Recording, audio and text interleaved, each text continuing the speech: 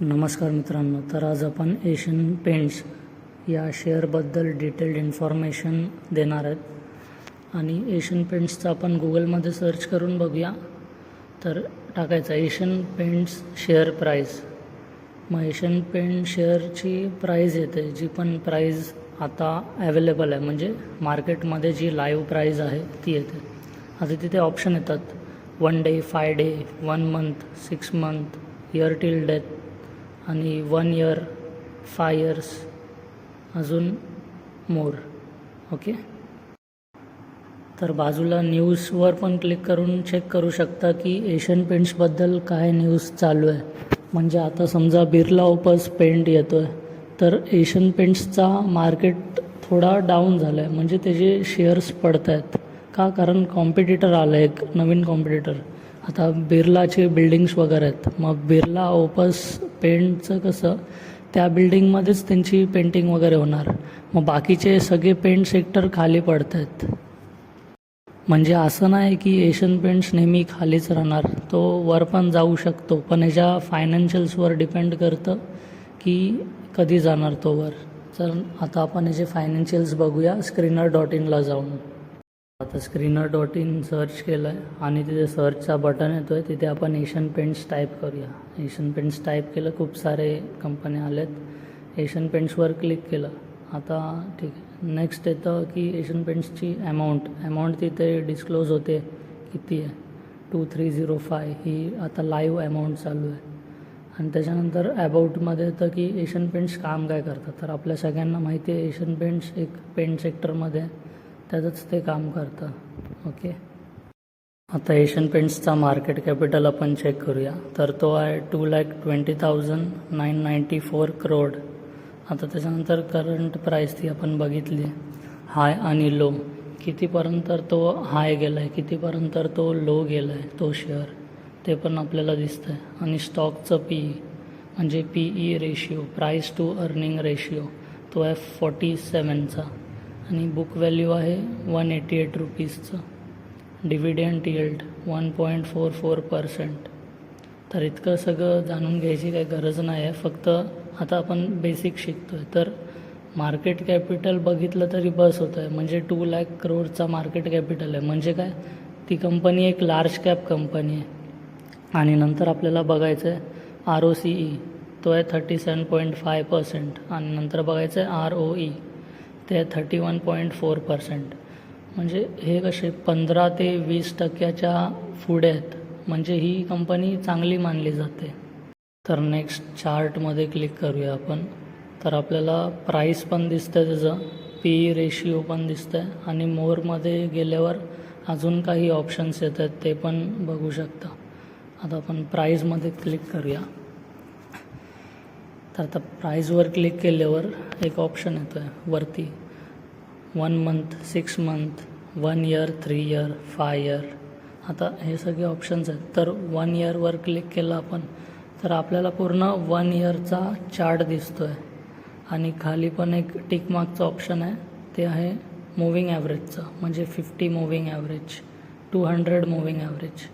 ते क्लिक केलं की तुम्हाला आयडिया येईल की मार्केट म्हणजे एशियन पेंट्सचा शेअर वर चाललं आहे की खाली चाललं आहे. आता समजा मूव्हिंग ॲव्हरेज रायझिंग असेल तर एशियन पेंट्सचा शेअर वर जातो आहे. आता समजा मूव्हिंग ॲव्हरेज फॉलिंग आहे तर एशियन पेंट्सचा शेअर खाली चालला आहे. तर आपण नेक्स्ट पेअर्समध्ये जाऊ. म्हणजे इथे कॉम्पिटिटर्स दिले आहेत सगळे. आता हे कॉम्पिटिटर्स आहेत ना, सगळे मार्केट कॅपिटलच्या हिशोबाने असतात, म्हणजे सेट केलेले जातात. आता एशियन पेंट्सचा मार्केट कॅपिटल सगळ्यात जास्त आहे, 2,20,000 crore. मग त्याची फर्स्ट प्लेसवर रँक केली आहे. आणि बर्जर पेंट्सचा सेकंड आहे, म्हणजे पेंट सेक्टरमध्येचा फक्त.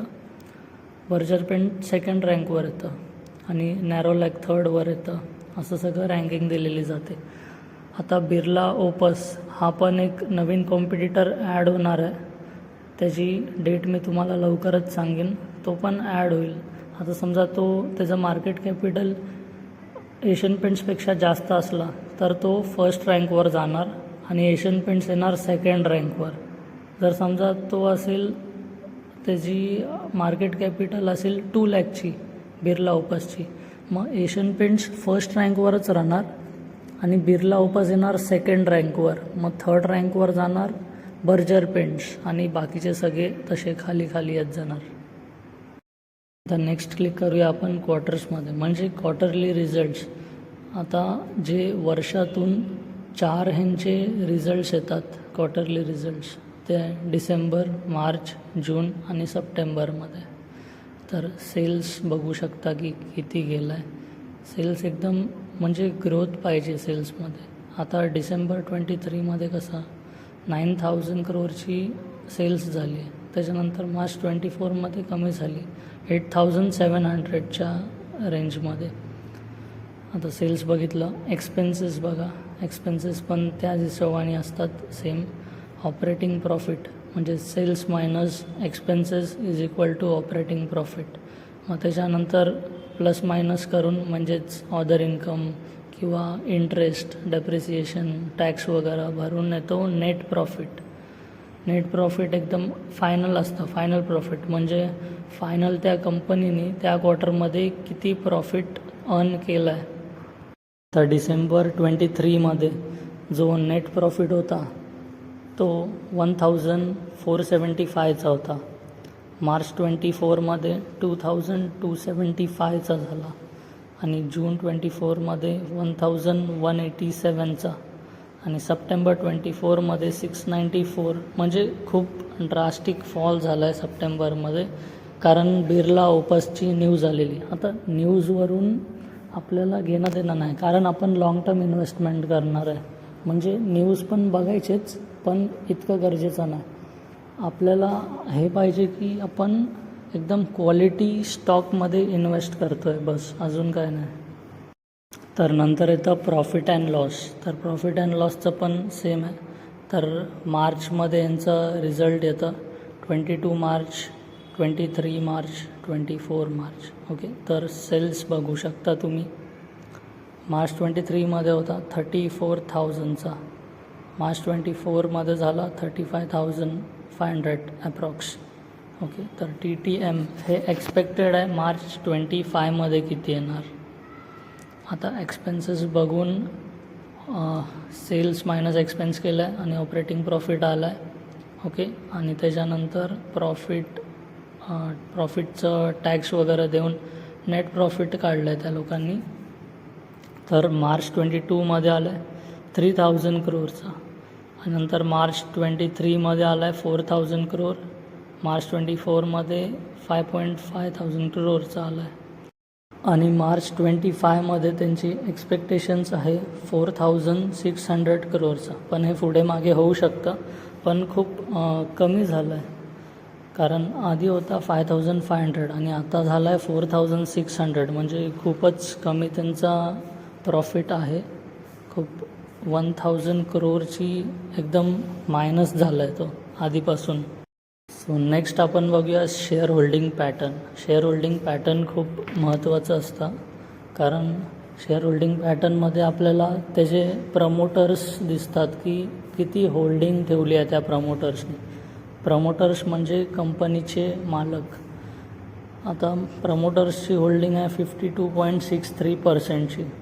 त्याच्यानंतर येतं FII म्हणजे फॉरेन इन्स्टिट्यूशनल इन्व्हेस्टर्स. त्यांची होल्डिंग आहे 15.28%. त्याच्यानंतर येतं डॉमेस्टिक इन्स्टिट्यूशनल इन्व्हेस्टर्स. डॉमेस्टिकमध्ये आपलं बँक्स येतात, इंडियाच्या बँक्स. DIची होल्डिंग आहे 13.10%. नंतर गव्हर्मेंट आणि त्याच्यानंतर पब्लिक म्हणजे रिटेल इन्व्हेस्टर्स. तर रिटेल इन्व्हेस्टर्सची होल्डिंग आहे 18.88%. तर होल्डिंग्स तर खूप चांगली आहे, कारण प्रमोटर्स आहे, फॉरेन इन्व्हेस्टर आहे आणि डोमेस्टिक इन्व्हेस्टर्स पण आहे यात. आणि मी बोलू शकतो की कंपनी एकदम सुपर पण नाही आहे, कारण कंपनीचं प्रॉफिट अँड लॉस खूप असं वर खाली होत जातं आहे. म्हणजे 4,000 crore, 5,000 crore, परत 4,000 crore.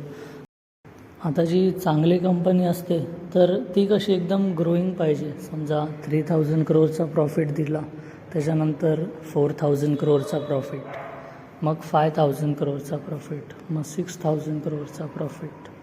मग नंतर एक्सपेक्ट करू शकतो आपण की 7,000 crores प्रॉफिट येणार. तर अशा कंपनीमध्ये इन्व्हेस्ट करायचं जिचं प्रॉफिट अँड लॉस ग्रोईंग दाखवतं आहे, म्हणजे प्रॉफिट ग्रोईंग दाखवतं आहे. आता एशियन पेंट्स पण खूप चांगली कंपनी आहे, पण त्याचं प्रॉफिट अँड लॉस थोडं हललं आहे, म्हणून मी तर रिकमेंड नाही करत की तुम्ही इन्व्हेस्ट करा एशियन पेंट्समध्ये.